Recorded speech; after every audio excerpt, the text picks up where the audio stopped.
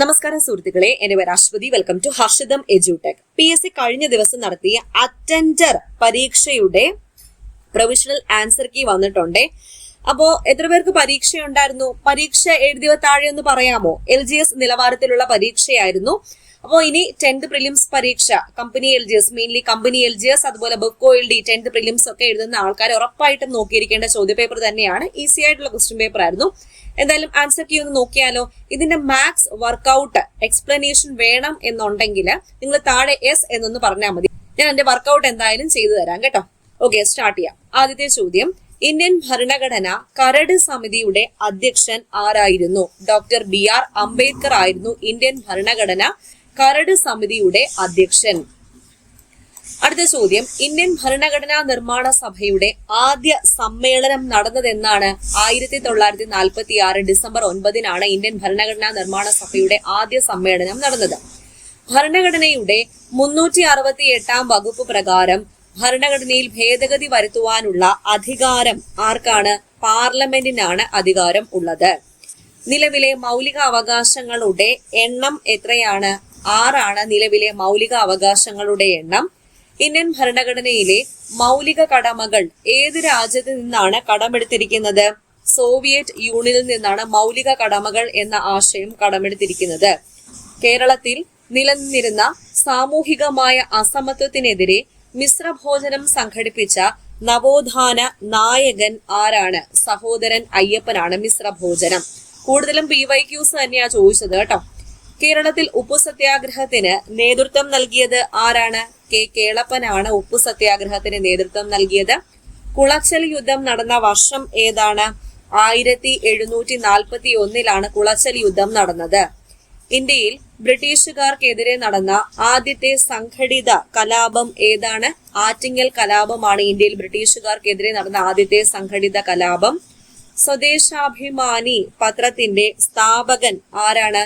വക്കം മൗലവിയാണ്. Vakkom Moulavi. Servants of India Society സംഘടന സ്ഥാപിച്ചത് ആര്? ഗോപാലകൃഷ്ണ ഗോഖലെയാണ് സർവൻസ് ഓഫ് ഇന്ത്യ സൊസൈറ്റി എന്ന സംഘടന സ്ഥാപിച്ചത്. ഇന്ത്യൻ സ്വാതന്ത്ര്യ സമരത്തിന്റെ മന്ധ്യവയോധിക എന്നറിയപ്പെടുന്നത് ആരാണ്? അരുണ ആസഫ് അലി. അരുണ ആസഫ് അലി. ചേരുംപടി ചേർക്കുക. എങ്ങനെയാണ് ഇത് കറക്റ്റ് ആയിട്ട് ചേരുംപടി ചേർക്കുന്നത് എന്ന് നോക്കാം. ചമ്പാരൻ സത്യാഗ്രഹം 1917 നടന്നു. നിസ്സഹകരണ സമരം 1920. ഉപ്പു സത്യാഗ്രഹം 1930. ക്വിറ്റ് ഇന്ത്യ സമരം 1942. ഓപ്ഷൻ എ ആണ് ഉത്തരം. ഏത് സംസ്ഥാനത്തിന്റെ തനത് കലാരൂപമാണ് കഥക്? ഉത്തർപ്രദേശ് ആണ്. ഉത്തർപ്രദേശ്. ഇന്ത്യൻ സ്വാതന്ത്ര്യ സമരത്തിന്റെ ഭാഗമായി സ്വദേശി പ്രസ്ഥാനം ആരംഭിച്ചത് ഏത് വർഷമാണ്? 1905 ഓഗസ്റ്റ് മാസം 7 സ്വദേശി പ്രസ്ഥാനം ആരംഭിച്ചത്. ആദ്യ ബ്രിക്സ് യുവജനോത്സവത്തിന്റെ വേദി എവിടെയാണെന്ന് ചോദിച്ചാൽ റഷ്യയിലാണ് ആദ്യത്തെ ബ്രിക്സ് യുവജനോത്സവം നടന്നത്. ഇന്ത്യയിലെ ആദ്യ ഡിജിറ്റൽ ഗ്രീൻഫീൽഡ് വിമാനത്താവളം ഏത്? ഡിജിറ്റൽ ഗ്രീൻഫീൽഡ് വിമാനത്താവളം നവി മുംബൈ ആണ്. അടുത്ത ചോദ്യം, താഴെ തന്നിരിക്കുന്ന വാക്യങ്ങൾ ഏത് സ്വാതന്ത്ര്യ സമര സേനാനിയുടെ മരണത്തെക്കുറിച്ചാണ് നെഹ്റു പ്രതിപാദിച്ചിരിക്കുന്നത്? നമ്മുടെ ജീവിതത്തിൽ നിന്നും പ്രകാശം മറഞ്ഞു പോയിരിക്കുന്നു, എവിടെയും ഇരുട്ടാണ്. ആരെക്കുറിച്ചാ പറഞ്ഞേക്കുന്നത്? മഹാത്മാഗാന്ധി. മഹാത്മാഗാന്ധി. ഏതൊക്കെ രാജ്യങ്ങൾ തമ്മിലായിരുന്നു 1966 ജനുവരി 10 നിലവിൽ വന്ന താഷ്കണ്ട് കരാറിൽ ഒപ്പുവെച്ചത്? ഇന്ത്യയും പാകിസ്ഥാനുമാണ്. ഇന്ത്യയും പാകിസ്ഥാനും. നാട്ടുരാജ്യങ്ങളെ ഇന്ത്യൻ യൂണിയനിൽ ചേർക്കുന്നതിന് ലയന കരാർ രൂപീകരിച്ചു. ഈ ലയന കരാറിന് രൂപം നൽകിയ വ്യക്തികൾ ആരെല്ലാമാണ്? ആരൊക്കെയാ? ഇവിടെ തന്നിരിക്കുന്നതിൽ സർദാർ വല്ലഭായ് പട്ടേലും VP മേനോനുമാണ്. 1ഉം 4ഉമാണ് ഉത്തരം. ഏത് വിദേശ രാജ്യത്തിന്റെ സഹായത്തോടു കൂടിയാണ് ബൊക്കാറോയിലെ ഇരുമ്പുരുക്ക് വ്യവസായശാല സ്ഥാപിതമായത്? സോവിയറ്റ് യൂണിയൻ ആണ്. Soviet union. അടുത്ത ചോദ്യം, 1950 മാർച്ച് 15 നിലവിൽ വന്ന ആസൂത്രണ കമ്മീഷന്റെ വൈസ് ചെയർമാൻ ആരായിരുന്നു? ഗുൽസാരി ലാൽ നന്ദ. ഇന്ത്യയുടെ മുഖ്യ തെരഞ്ഞെടുപ്പ് കമ്മീഷണർ ആരാണ്? വാർത്താ പ്രാധാന്യമൊക്കെ നേടിയ വ്യക്തി ശ്രീ ഗ്യാനേഷ് കുമാർ ആണ്. മലയാള സിനിമയിലെ സമഗ്ര സംഭാവനയ്ക്ക് 2023 JC ഡാനിയൽ പുരസ്കാരത്തിന് അർഹനായ വ്യക്തി ആരാണ്? ഷാജി എൻ കരുണാണ്. ഷാജി എൻ കരുൺ. ചോദ്യം: ഇന്ത്യയിൽ ഖാരിഫ്, റാബി, സെയ്ദ് എന്നീ 3 കാർഷിക കാലങ്ങളാണുള്ളത്. ഈ കാർഷിക കാലങ്ങളുടെ സവിശേഷതകളാണ് ചുവടെ തന്നിരിക്കുന്നത്. ഇവയിൽ ശരിയായവ കണ്ടെത്തുക. ഇതിൽ ശരിയായിട്ടത് ഈ തന്നിരിക്കുന്ന എല്ലാം ശരിയാണ്.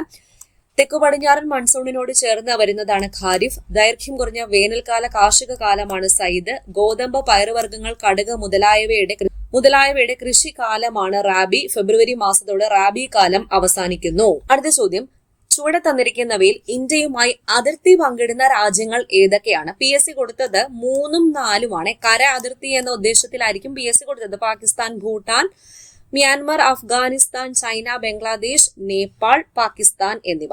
അടുത്ത ചോദ്യം: ചുവടെ കൊടുത്തിരിക്കുന്ന പ്രസ്താവനകൾ പരിശോധിച്ച് തെറ്റായവ കണ്ടെത്തുക. ഇതിൽ തെറ്റായിട്ടുള്ള പ്രസ്താവന ഏതാണ്? 1ഉം 2ഉമാണ്. 1ഉം 2ഉം ശരിയായിട്ടുള്ള പ്രസ്താവനകളാണ്. 1ഉം 2ഉം ശരി എന്ന് കൊടുത്തിട്ടുണ്ട്. തെറ്റായവ കണ്ടെത്താനാണ് പറഞ്ഞിരിക്കുന്നത്. അപ്പോൾ ബാക്കി 2ഉം തെറ്റായിരിക്കും. ഇന്ത്യയിൽ എക്കൽ മണ്ണ് ധാരാളമായി കാണപ്പെടുന്നത് ഉത്തര മഹാസമതലം. ധാർ മരുഭൂമി സ്ഥിതി ചെയ്യുന്നത് രാജസ്ഥാനിലാണ്.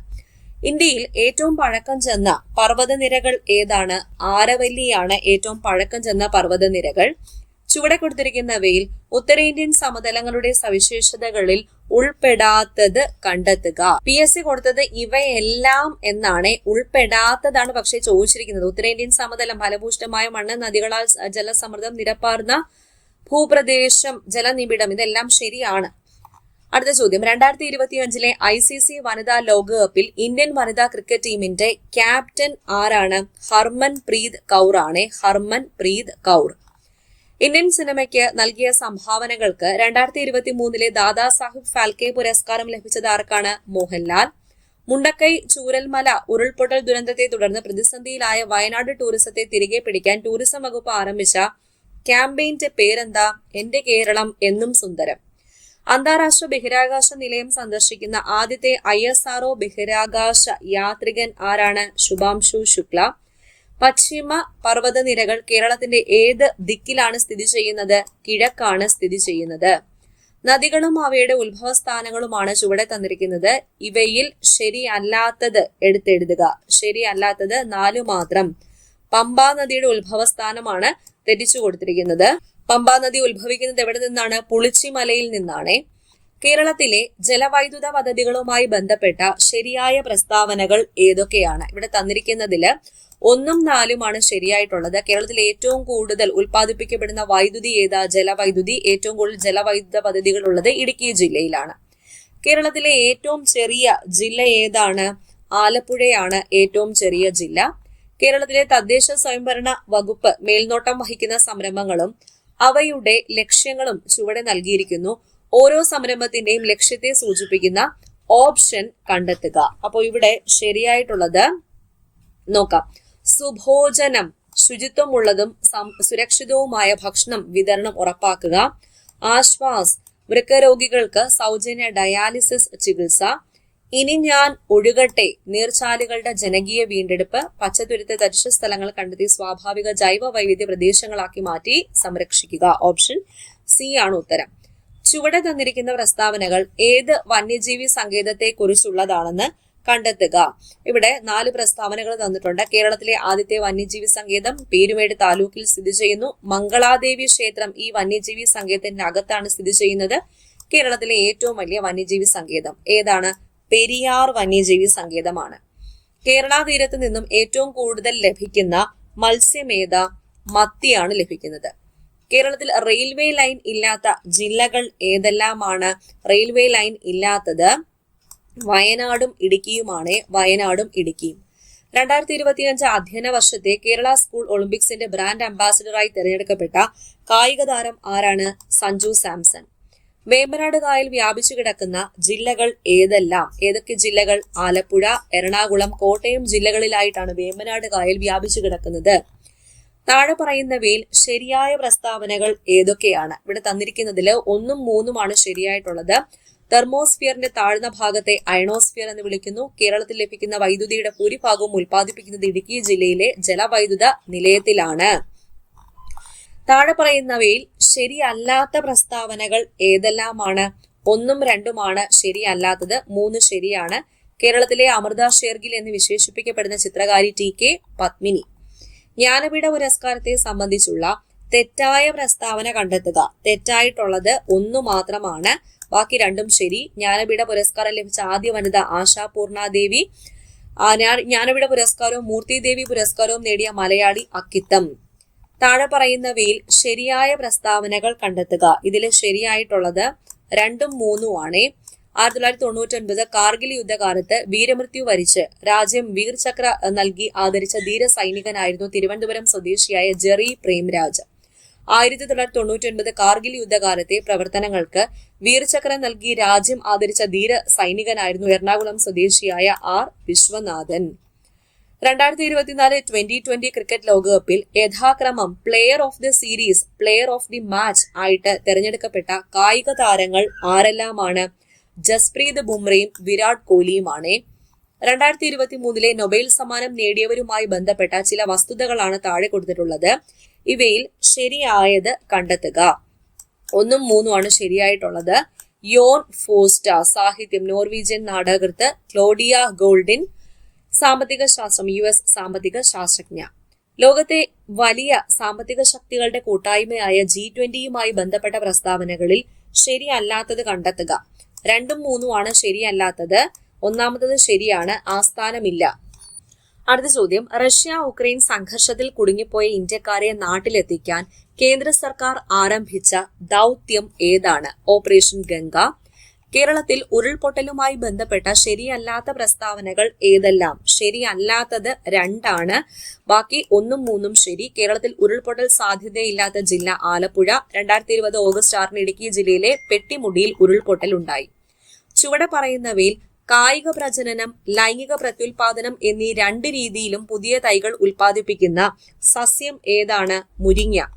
ദഹനരസങ്ങളുടെ ഉൽപാദനവുമായി ബന്ധപ്പെട്ട് ചുവടെ കൊടുത്തിരിക്കുന്നതിൽ ശരിയായ ജോഡികൾ ഏതെല്ലാമാണ്? ഇവിടെ തന്നിരിക്കുന്നതിൽ കരള് പിത്തരസം ശരിയാണ്, ആഗ്നേയഗ്രന്ഥി ആഗ്നേയരസം, ഇത് 2ഉമാണ് ശരിയായിട്ടുള്ളത്. അസ്ഥികൾ കനം കുറഞ്ഞു വളയുന്ന കണ എന്ന രോഗം ഏത് വിറ്റാമിന്റെ കുറവ് മൂലം? Vitamin D. ചില ആഹാരബന്ധങ്ങൾ ചുവടെ ചേർക്കുന്നു. ഇവയിൽ തെറ്റായത് കണ്ടെത്തുക. തെറ്റായിട്ടുള്ളത് B ആണ്. പുല്ലിനെ തിന്നുന്ന പുൽച്ചാടി. മുയല് പുൽച്ചാടിയെ തിന്നത്തില്ലല്ലോ, അതുകൊണ്ട് അത് തെറ്റാണ് കേട്ടോ. കേരള കാർഷിക സർവകലാശാലയുടെ ആസ്ഥാനമായ മണ്ണുത്തി ഏത് ജില്ലയിലാണ്? തൃശൂർ ജില്ലയിലാണ്. പവിത്ര, അന്നപൂർണ എന്നിവ ഏത് വിളയുടെ സങ്കര ഇനം വിത്തുകളാണ്? നെല്ലാണ്. കേരളത്തിൽ ഏത് വന്യജീവിയുടെ ആക്രമണത്തിലാണ് മനുഷ്യന് ഏറ്റവും കൂടുതൽ ജീവഹാനി നേരിട്ടിട്ടുള്ളത്? കാട്ടാനയാണ്. ആഗോള കത്തോലിക്ക സഭയുടെ ഇപ്പോഴത്തെ തലവൻ ലിയോ 14 ജമ്മു കാശ്മീരിലെ പഹൽഗാമിൽ തീവ്രവാദികൾ നടത്തിയ ആക്രമണത്തിനെതിരായി ഇന്ത്യൻ സൈന്യം നടത്തിയ മിലിറ്ററി ഓപ്പറേഷന്റെ പേരെന്താ? ഓപ്പറേഷൻ സിന്ദൂർ. അലുമിനിയത്തിന്റെ അയിര് ബോക്സൈറ്റ്. പ്രകാശം കൂടുതൽ വേഗത്തിൽ സഞ്ചരിക്കുന്ന മാധ്യമം ഏതാണ്? ശൂന്യത. അഗ്നിശമനികളിൽ ഉപയോഗിക്കുന്ന വാതകം ഏതാ? Carbon dioxide. ശബ്ദ തീവ്രത അളക്കുന്നത് ഏത് യൂണിറ്റിലാണ്? ഡെസിബൽ. വൈദ്യുതി ഉൽപ്പാദിപ്പിക്കാനായി നിർമ്മിച്ച ഡാമുകളിലെ റിസർവോയറുകളിൽ ജലം സംഭരിച്ചു നിർത്തിയിരിക്കുന്നു. ഈ സംഭരണികളിലെ ജലത്തിലെ ഊർജം ഏതാണ്? സ്ഥിതികോർജം. നാം കഴിച്ച ഭക്ഷണത്തിന്റെ ദഹനം പൂർത്തിയാകുന്നത് എന്തിൽ വെച്ചാണ്? അവയവം തിരിച്ചറിയുക, ചെറുകുടൽ. രക്തത്തിലെ ഗ്ലൂക്കോസിന്റെ അളവ് കൂടുന്നതാണ് പ്രമേഹം. രക്തത്തിലെ ഗ്ലൂക്കോസിന്റെ സാധാരണ അളവ് എത്രയാണ്? ഓപ്ഷൻ D ആണ് ഉത്തരം. 70 മുതൽ 110 mg/100 ml. സ്ത്രീ സുരക്ഷ ലക്ഷ്യമാക്കി കേരള സർക്കാർ നടപ്പിലാക്കി വരുന്ന പദ്ധതിയുടെ പേരെന്താ? നിർഭയ. നൽകിയിരിക്കുന്നവയിൽ വായുജന്യ രോഗങ്ങൾ ഏതെല്ലാമാണ്? ക്ഷയം, ചിക്കൻ പോക്സ്. അടുത്ത ചോദ്യം, എയ്ഡ്സ് HIV ബാധയുമായി ബന്ധപ്പെട്ട് നൽകിയിരിക്കുന്ന പ്രസ്താവനകൾ പരിശോധിച്ച് തെറ്റായത് കണ്ടെത്താനാണ്. PSC കൊടുത്തത് 1ഉം 4ഉം ആണ്, പക്ഷെ 1ഉം 4ഉം ശരിയായിട്ടുള്ളതാണ്. HIV ബാധിതരുമായുള്ള ലൈംഗിക ബന്ധം HIV പകരാൻ ഇടയാകുന്നത് ശരിയാണ്. HIV ബാധിതർ ഉപയോഗിച്ച സൂചി, സിറിഞ്ച് എന്നിവ ഉപയോഗിക്കുന്നതിലൂടെ രോഗപകർച്ച ഉണ്ടാകും. 2 ശരിയാണ്. ഇപ്പൊ തെറ്റായിട്ടുള്ളത് 2ഉം 3ഉം ആണ്. 2ഉം 3ഉം ആണ് ശരിക്കും ഉത്തരം വരേണ്ടത്. ഒരുമിച്ച് HIV ബാധിതരുമായി താമസിച്ചാലും ഭക്ഷണം പങ്കിട്ടാലും HIV ബാധ ഉണ്ടാകാം, തെറ്റാണ്. ഹസ്തദാനം, ചുമ, തുമ്മൽ, ശൗചാലയങ്ങൾ പങ്കിടൽ എന്നിവയിലൂടെയും HIV പകരാം, അതും തെറ്റാണ്. അപ്പൊ 2ഉം 3ഉം ആണ് തെറ്റായിട്ട് വരുന്നത്. വവ്വാലുകളിൽ നിന്നും മനുഷ്യരിലേക്ക് പകരാവുന്ന രോഗം ഏതാ? നിപ്പ. അടുത്ത ചോദ്യം, കുഷ്ഠരോഗം കുട്ടികളിൽ രോഗാരംഭത്തിൽ തന്നെ കണ്ടെത്തി രോഗനിവാരണം വരുത്തുക എന്ന ലക്ഷ്യത്തോടുകൂടി ആരംഭിച്ച സർക്കാർ പദ്ധതി ഏതാണ്? ബാലമിത്ര. നമുക്ക് വിവിധ പ്രവർത്തനങ്ങളിൽ ഏർപ്പെടാൻ ആവശ്യമായ ഊർജം ഭക്ഷണത്തിലെ പോഷകഘടകമായ ധാന്യത്തിൽ നിന്നാണ് ലഭിക്കുന്നത്. കൂടുതൽ ധാന്യകം അടങ്ങിയിട്ടുള്ള ഭക്ഷണ വസ്തുക്കൾ, ധാന്യകമാണ്, ധാന്യകത്തിൽ നിന്നാണ് ലഭിക്കുന്നത്. കൂടുതൽ ധാന്യകം അടങ്ങിയിട്ടുള്ള ഭക്ഷ്യവസ്തുക്കൾ ഏതൊക്കെയാ? അരി, ഗോതമ്പ്, കപ്പ. COVID-19 ബന്ധപ്പെട്ട പ്രസ്താവനകൾ പരിശോധിച്ച് ശരിയായത് തിരഞ്ഞെടുക്കുക. ഇവിടെ തന്നിരിക്കുന്ന 3 ആദ്യത്തെ 3 ശരിയായിട്ടുള്ളത്. 4 തെറ്റാണ്. പകർച്ചവ്യാധി അല്ല, പകർച്ചവ്യാധിയാണ്. രാജ്യത്തിൽ നിന്നും രാജ്യങ്ങളിലേക്കാണ് പകർന്നു പോയത് ഈ രോഗം. കൊറോണ വൈറസ് ആണ് രോഗകാരി. കോവിഷീൽഡ്, കോവാക്സിൻ എന്നിവ വാക്സിനുകളാണ്. കോവിഡുമായി ബന്ധപ്പെട്ട പരിശോധന RT-PCR. നൽകിയിരിക്കുന്നവയിൽ ഒറ്റപ്പെട്ടത് ഏത്? ഇവിടെ ഒറ്റപ്പെട്ടത് ECG ആണേ. കൊഴുപ്പിൽ ലയിക്കാത്ത വിറ്റാമിൻ ഏത്? കൊഴുപ്പിൽ ലയിക്കാത്തത് വിറ്റാമിൻ C. മൂത്രാശയ രോഗങ്ങളുടെ കാരണം എന്താണ്? മൂത്രാശയ രോഗങ്ങളുടെ കാരണം ഈ 3 ശരിയാണ്. മൂത്രശങ്കം ഉണ്ടാവുമ്പോൾ മൂത്രം ഒഴിക്കാത്തത്, ദാഹിക്കുമ്പോൾ വെള്ളം കുടിക്കാത്തത് മൂലം വ്യക്തിശീലങ്ങളിലെ പോരായ്മ. ഏറെ നാൾ മണ്ണിൽ കിടന്നാൽ പോലും നശിക്കാത്തതും ശരീരത്തിലെ ഏറ്റവും കാഠിന്യമേറിയതുമായ അവയവങ്ങളാണ് പല്ലുകൾ. എന്നാൽ അവ വായ്ക്കുള്ളിൽ വെച്ച് തന്നെ നശിക്കുന്നതിന് കാരണക്കാർ ആരാണ്? ബാക്ടീരിയകളാണ്. കൊതുകുജന്യ രോഗം, ശക്തമായ പനി, അസഹ്യമായ തലവേദന, കണ്ണുകൾക്ക് പിന്നിൽ വേദന, നെഞ്ചിലും മുഖത്തും ചുവന്ന പാടുകൾ, ഗുരുതരാവസ്ഥയിൽ രക്തത്തിലെ പ്ലേറ്റ്ലെറ്റുകളുടെ എണ്ണം കുറഞ്ഞ് മരണം സംഭവിച്ചേക്കാം. നമ്മുടെ നാട്ടിൽ കണ്ടുവരുന്ന പനികളുടെ ലക്ഷണമാണിത്. പനി ഏതാ? ഡെങ്കിപ്പനിയാണേ.